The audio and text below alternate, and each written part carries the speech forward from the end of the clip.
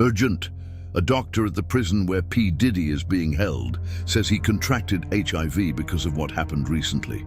The revelations are disturbing, from forced relationships to the use of contaminated syringes and frightening conspiracies that put his life at risk. What's really happening behind bars? P. Diddy continues to commit the same crimes while in prison. Does he deserve to go through all this?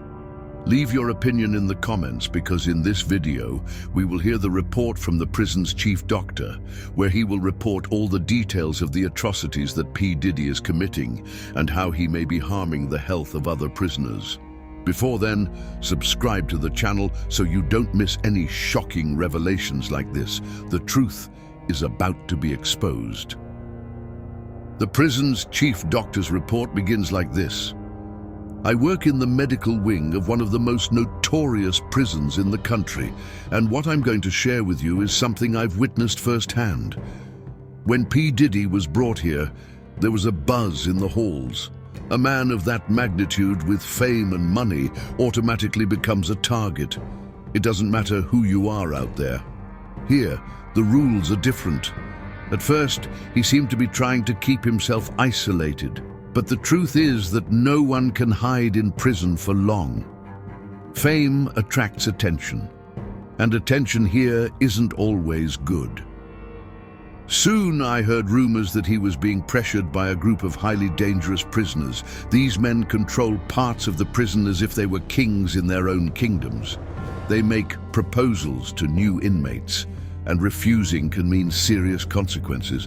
I saw cases where prisoners like him were forced to form relationships in exchange for protection. Some do it out of fear, others because they see no other way out. And with Diddy, the situation was even more complicated. He was dealing with immense psychological pressure. The fame, the public trial, the isolation. All of this left him emotionally vulnerable, making him an even easier target. There was a day when he showed up at the medical ward with superficial injuries, which is not uncommon here. His explanation was vague, but the look on his face told a different story. I've seen that look before. It's the kind of expression you recognize in someone who has been forced into something against their will. I can't share explicit details for ethical reasons, but I can say that his behavior changed drastically after that. He seemed more closed off, darker. A few weeks later, the first signs of infection appeared. We perform routine tests to check for communicable diseases, and that's when suspicions began to arise. I can't confirm anything officially, but as a doctor, it's impossible to ignore the patterns. The transmission of diseases such as HIV in prison is not uncommon, especially when coercion or violence is involved. What is most tragic about this is that he was a man who was visibly broken inside. There were signs that he had already lost the will to fight. This environment can destroy anyone, even those who have faced the entire world. And when you combine the psychological burden with physical exposure, the consequences are almost inevitable. In the end, the stories circulating about him are not so far from reality. Prison is a place where vulnerability is brutally exploited, and for someone like P. Diddy, that vulnerability became a weapon used against him. Another dark aspect of prison life that many people don't fully understand is the proliferation of drugs. Yes, even behind bars, illicit substances find their way in. I have lost count of the number of times I have treated prisoners who suffered overdoses or serious infections due to shared syringe use. The system tries to contain this, but the truth is that trafficking schemes within prisons are extremely sophisticated. When P. Diddy arrived, he was already visibly emotionally shaken. This isn't something you expect from someone with his presence on stage, but in here, everything changes. It wasn't long before rumors spread that he was experimenting with drugs. At first, he denied it like many other prisoners do, but the marks on his body began to tell another story. One day, he showed up at the infirmary with clear symptoms of an infection in his arm. The area was swollen with signs of inflammation. I asked what had happened, and he shook his head, saying he had been hurt in a fight. It wasn't hard to see that he didn't want to tell the truth. In many cases like this, inmates feel ashamed or are afraid of the consequences of admitting to drug use. The syringes here are reused by dozens of people without any type of sterilization. It's deadly Russian roulette, but for many, it's an escape. And Diddy didn't seem to be an exception. The weight of prison, trauma, and constant threats can lead someone to seek relief in any form of intoxication, even if it comes with such a high price. The saddest thing is that when I examined him, I saw more than physical signs. There was something about him, a kind of resignation that is common among those who have lost the will to fight. He knew what he was doing to his body, but he didn't seem to care. I can't confirm whether this was a deliberate act, a type of self-sabotage, but it wouldn't be the first time I've seen someone use drugs here as a way to hasten the end. The drug problem in prison is more than an issue of addiction. It is a reflection of despair, of lack of hope. And when it comes to someone like P. Diddy, who has always been at the top, the fall seems even more devastating. Prison is a place where violence is always lurking. Here, conflicts can start for any reason. Territory disputes, debts, even a simple look at the wrong moment. I've seen more injuries caused by fights than I can count, and these fights aren't limited to punches or shoves. Improvised weapons, such as blades made from pieces of metal or plastic, are extremely common. In P. Diddy's case, he quickly became a target because of who he was. Being famous in an environment where everyone wants to prove something can be a dangerous burden. He once showed up at the infirmary with deep cuts on his face and arms. According to him, he had been attacked in the cafeteria. He didn't give many details, but the extent of the injuries suggested he had been involved in a serious fight. Now this is where things get complicated. In these fights, direct contact with blood is very common. When you are defending yourself or trying to survive, you don't even think about the risks. The problem is that in a place like this, where diseases like HIV and hepatitis C are common, any cut or exposure to blood can be fatal. I have treated prisoners who unknowingly contracted illnesses during fights. It's a chain of events. Someone infected comes into contact with another person, whether through a contaminated blade, a punch that causes cuts, or simply by falling onto a bloody floor. For many, this goes unnoticed until symptoms begin to appear weeks or months later. Diddy was no different. Although he was treated like a celebrity, he was not immune to the brutal rules of this place.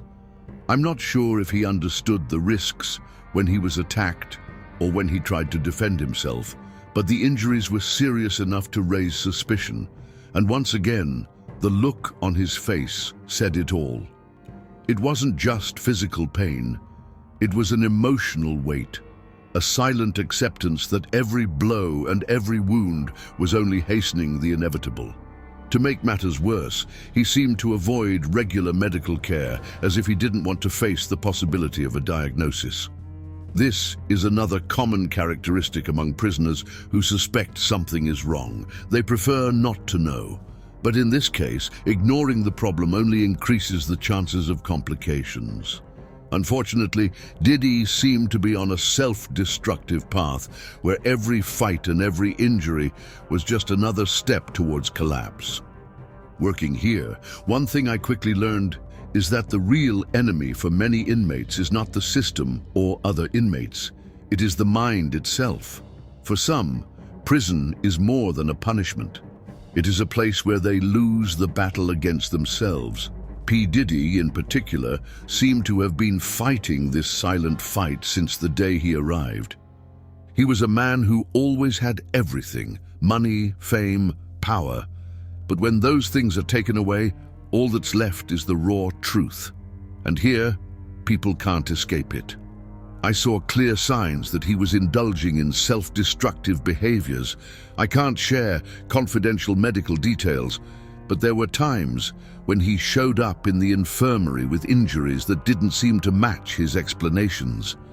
Cuts on hands, marks on arms. At first, he said they were the result of fights or accidents, but as a doctor, you learn to recognize when someone is hurting themselves.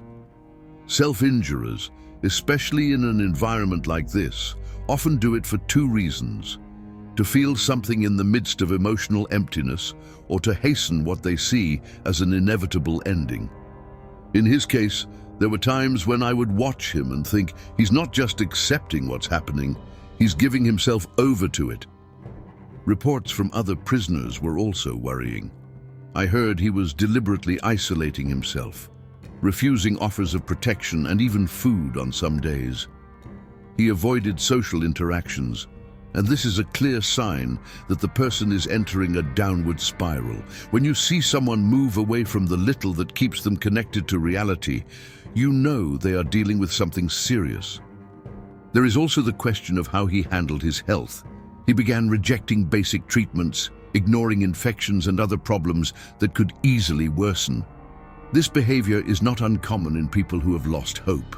They stop taking care of themselves because deep down they have already decided that it is no longer worth it. The hardest thing to watch as a doctor is the mental deterioration of someone who, on the outside, should be an unshakable figure. P. Diddy was not the man the world knew. He was a broken reflection, someone who seemed to be using prison as a kind of stage to express his pain in destructive ways.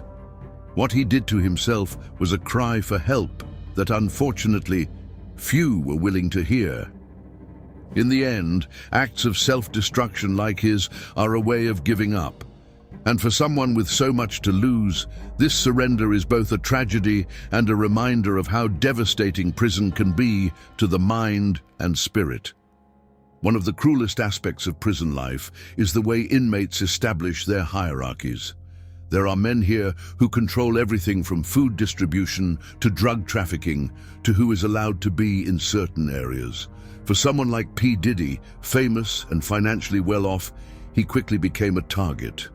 From the first few days, it was evident that he was being watched. Influential men in prison often try to recruit or exploit people like him. Sometimes it's for money, other times it is simply to demonstrate power. And for many, refusing these offers is not an option. It doesn't take long for these dynamics to force someone to do things they never imagined. There were reports that he was invited to be part of certain groups. These groups don't just form alliances for protection. They often involve rituals or activities that test loyalty and commitment. I have seen cases where new members are forced into degrading acts to prove their worth or to be accepted. With Diddy, it appears he was being manipulated in a similar way. One day, he came to the infirmary with clear signs of exhaustion and bruises. When I asked what had happened, he avoided eye contact and mumbled something about paying debts. It was clear to me that he was under the control of one of these groups. Many prisoners end up being sexually exploited or forced into humiliating acts as a form of submission. This can include relationships that drastically increase the risk of disease transmission, especially since the health and safety of anyone involved is not a priority in these types of dynamics. Relationships with these dangerous groups are not just physical, they are psychological too. They place the person in a position of constant fear and dependence. Diddy, who has always been an authority figure in the outside world, seemed to not know how to deal with this role reversal. He was trapped, with no way out. I remember a quick conversation we had while he was waiting to be seen. He said something I'll never forget. "In here you learn that power is an illusion." It was a simple comment, but loaded with meaning. He knew he was being used, but he also seemed to believe he had no other choice. And this combination of forced submission and powerlessness is what makes these situations so devastating. For someone with his life trajectory, entering this cycle of exploration was a profound blow. Once again, I saw a man who was not only physically vulnerable, but also mentally defeated. The consequences of such relationships, whether social or biological, are not something that disappears when the prison lights go out. Here, survival is not always a matter of physical strength. It's often about who you know and what you're willing to do to stay safe. When you're a public figure like P. Diddy, the dynamic changes. He had something other prisoners wanted: money, influence, and fame. But in prison, these things only count if you can use them to buy protection. From an early age, it was clear that he was at a disadvantage. Without alliances, he became an easy target, and everyone knew it. In this environment, offering favors in exchange for security is more common than many would like to admit. These favors can be financial, but with limited currency within prison, they often take more personal and degrading forms. There were persistent rumors that he began making deals with influential groups. These agreements are not made by real choice. They are disguised impositions. Men like him, with financial resources, often find themselves forced to pay large sums of money to avoid attacks. But when money isn't enough, the demands can quickly become more physical. Once, he came to the infirmary with a cut on his face. When I asked what had happened, he avoided answering directly. "Sometimes you have to do things to keep breathing," he said, staring at the floor. I didn't go into details because, honestly, many prisoners prefer not to talk about it. But that phrase stuck with me. It was a reminder of the price some pay to survive here. These favors often come with a cost that goes beyond the moment. In addition to the emotional impact of being forced to do something against your will, there is the constant risk of contracting illnesses. Intimate relationships in prison are rarely consensual or protected, which drastically increases the chance of infections like HIV spreading. I've seen this pattern so many times that it's become predictable. People in vulnerable positions, without strong alliances, end up being exploited in ways that leave them scarred forever. Diddy, as powerful as he was in the outside world, here inside he was just another prisoner trying to survive in a ruthless environment. In the end, what happened to him was no different than what happens to many others. Exchanging favors for protection is a vicious cycle. You give something to keep yourself safe, but in the process, you lose parts of yourself. And when this involves your health, the consequences can be fatal. If there's one thing I've learned working in a prison medical wing, it's that resources here are always limited. When it comes to health, the prison system often fails to provide the minimum necessary to guarantee the well-being of prisoners. For many, service is a mixture of improvisation and negligence. And for someone like P. Diddy, that meant more risks than benefits. He once showed up at the infirmary with a deep cut on his arm, the result of an incident in the cafeteria, he said. Standard procedure would be to sterilize the wound and ensure everything is handled properly. But unfortunately, we don't always have the necessary tools or ideal conditions. On that particular day, I remember we used materials that were already at the limit of their reusability. In here, syringes, scalpels, and other medical equipment are not always sterilized correctly. Not because of a lack of care from the medical team, but because of a lack of resources. I have seen prisoners contract serious infections simply from receiving vaccines or intravenous treatments with inappropriate materials. The transmission of diseases such as HIV can easily occur in these settings, especially when the prison system does not prioritize safety. In Diddy's case, he needed stitches that day. During the procedure, he was visibly uncomfortable, not just because of the pain, but because he seemed to know the conditions weren't the best. And he was right. The needles we use for local anesthesia are often reused until they can no longer be used. The same goes for sutures, which are not always of good quality or properly stored. After the treatment, he asked me directly, "Is this safe?" I tried to reassure him, but the truth is that there are no guarantees here. He seemed to accept this with a kind of resignation, as if he had already expected something to go wrong, and unfortunately, the conditions he faced in the infirmary were not an isolated case. Another factor that increases the risks is the fact that many prisoners try to treat their own injuries before seeking help. They improvise with blades, pieces of glass, or anything they have on hand. This only worsens the situation and increases the likelihood of contamination when they finally seek medical attention. Diddy's case is a grim reminder of how the precariousness of the system can turn something as simple as treating a cut into a life-threatening sentence. It is not only violence or abuse that threatens the health of prisoners, but also the system that is supposed to protect them. For him, every visit to the infirmary was a game of chance, and unfortunately, it seems he lost. Prison is more than a place of punishment. It is a microcosm where power is constantly contested. In here, conspiring is almost a second language. Inmates and sometimes even members of the prison administration are involved in schemes ranging from drug trafficking to information manipulation. In P. Diddy's case, his fame and fortune have placed him at the center of many theories and possibly conspiracies. Since he arrived, it was clear that some inmates were keeping an eye on him. Initially, I thought it was just the norm, exploiting a celebrity for money or status. However, as time passed, it became clear that there was something more going on. Some of the most influential prisoners began to approach him suspiciously, offering protection and favors that at first glance seemed benign.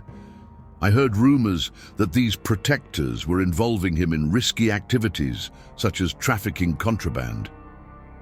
Even more worrying were the stories that he had been intentionally placed in situations that compromised his health. In a confidential conversation, another inmate mentioned that certain groups saw him as a tool to be used and discarded, especially because he was famous and any tragedy involving his name would make headlines. One of the most disturbing stories that reached me involved the possibility that he had been purposely exposed to contaminated materials, such as needles or even adulterated food.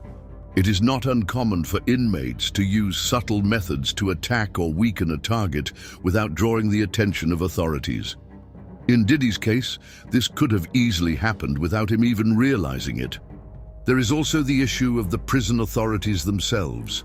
While I can't accuse anyone directly, it wouldn't be the first time I've seen employees participate in or turn a blind eye to internal schemes. For some, taking down a powerful figure like P. Diddy would be a trophy, a way to show that no one is above prison rules. I remember one occasion when he came to the ward visibly shaken. He wasn't physically injured, but emotionally he looked like a broken man. He said something that made me uneasy. "They want to destroy me from the inside out." He didn't specify who they were, but he seemed convinced there was a larger conspiracy afoot.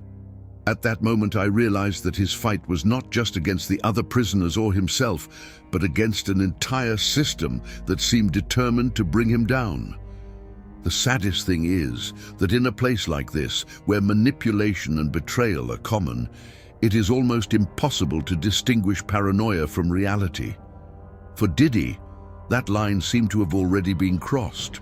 And while the exact details of what happened may never come to light, it's hard to deny that he was, at the very least, a victim of the shadowy machinations taking place in the shadows of the prison. And so ends this dark journey through P. Diddy's life in prison. From dangerous alliances and acts of desperation to internal conspiracies that defy what we consider justice, his story raises questions that go far beyond prison walls. Now, we want to hear from you. What do you think of all this? Did Diddy deserve to go through these experiences? Or was he the victim of a system that overstepped the bounds of punishment and became something much darker? Leave your opinion in the comments. Your views are important, and we want to know if you think P. Diddy truly deserved this fate, or if this all went too far. Don't forget to like the video, subscribe to the channel, and turn on notifications so you don't miss any more revelations like this. See you in the next video.